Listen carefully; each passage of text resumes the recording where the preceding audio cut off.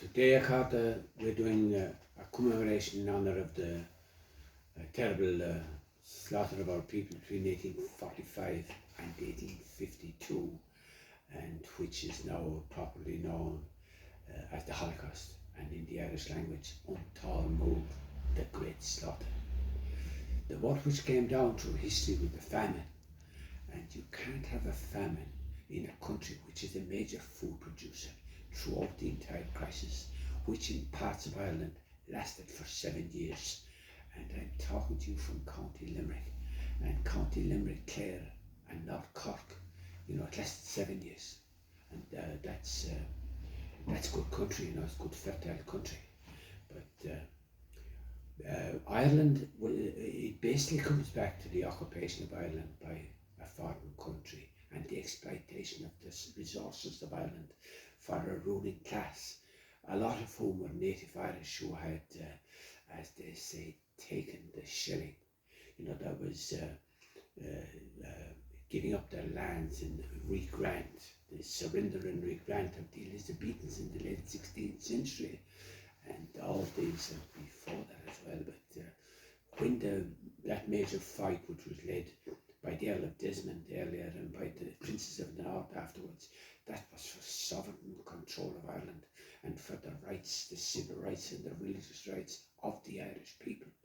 But at the same time, all those clans who surrendered their clan territories and gave them up to the Queen of England, and she gave them back, they were on the English side from the minute they done that. The McCarthys in particular, and Munster, they were a very powerful family.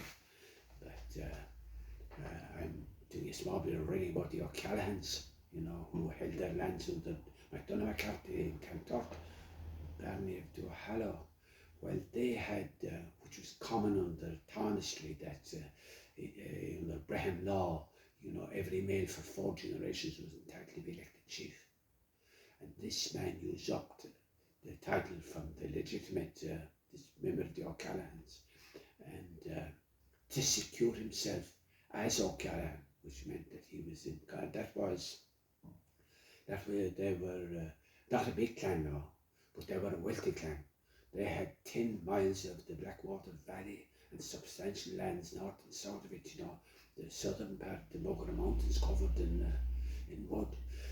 So when he done that, that finished the clan, and the O'Callaghans were powerful people. Although at the same time, we'd say that the main family couldn't forget where they came from, and there's a famous poem written by Egon O'Reilly on the death of Donald O'Callaghan in 1709, and it's Coty Callaghan about the hospitality he'd done. But what I'm saying is that Ireland was under British misrule for centuries, and there was a total dependence on the potato in the poor. And one of the main reasons for the huge increase in population, apart from control of disease and that, was that they married very young. But the reason they married very young is that the poorer class in Ireland, who mounted up to 3 million people at that stage, had been reduced to such a level of poverty, no matter what they'd done, they couldn't make their position worse. That's it. And we say, I mentioned Daniel O'Connell, he dominates this period, when he's holding his monster meetings and the clergy lead their people by the thousands to attend these, that he's just using the numbers of the poor, for the interest of a Catholic elite who were gone British, who were not nationalists at all, and he could include himself. But I'll get back to what I've had. In 1841, you have the first reliable census. There were census taken in 21 and 31, 1821 and 1831. But then 1841 was a reliable census. And as well as recording the members of the family, they asked questions about housing. And they asked questions about housing so that they could identify wealth or the poverty of a place.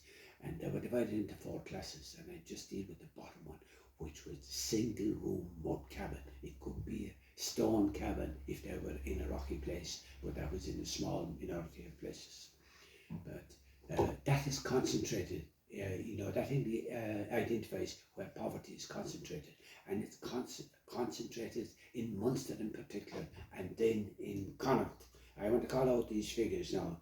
In County Kerry, 66% of the population, I still touch them, lived in single room mud cabins. That would be maybe 10 paces by 5, with no partition, often with no fireplace.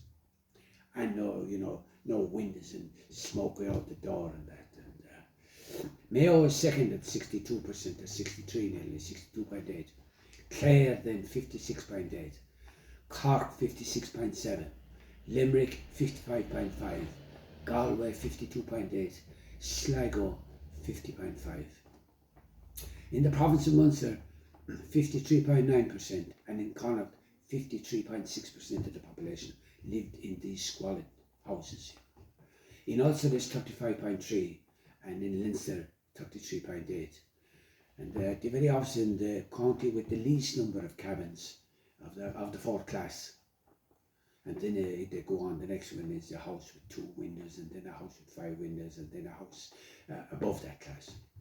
But County Down had the least number at 24.7, followed by Dublin with 28.8, and Wexford with 29.1. So there was enormous poverty. And when the blight was brought from America, first of all in Belgium, I think, came across England and was brought into Ireland from shipping through Scotland. And it appears in September 1845. And they had often seen failures in the Predata. The Predata had often failed. And so they weren't as worried about it at the beginning. But within a few weeks, they realised that it was very serious.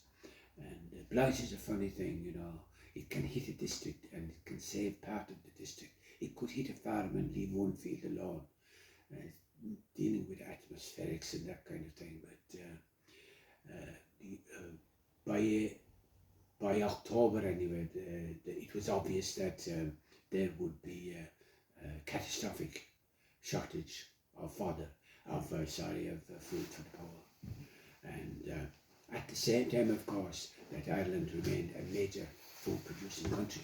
There was barley and wheat and oats, there was sheep and cattle, and I have a paper here, pretty I can think of it, about the amount of exports that went on throughout all this period. When where a merchant class and where the farmers and the strongest farmers, the decision was taken by the British government, particularly the Whigs when they came to power in 1946, that Lord John Russell, that the food of Ireland would be taken for the British Navy and the British military and for the workers of the towns and cities, and that the Irish would have to do without. For 2 decades before the coming of the blight, nearly every report produced by the English or the British government on the situation in Ireland lamented the large population and that the population of Ireland should be reduced by 2 million. And those in the inner circle of the civil service, the upper echelons of the British civil servants, saw an opportunity of doing just that when the blight came. Was it John Mitchell said that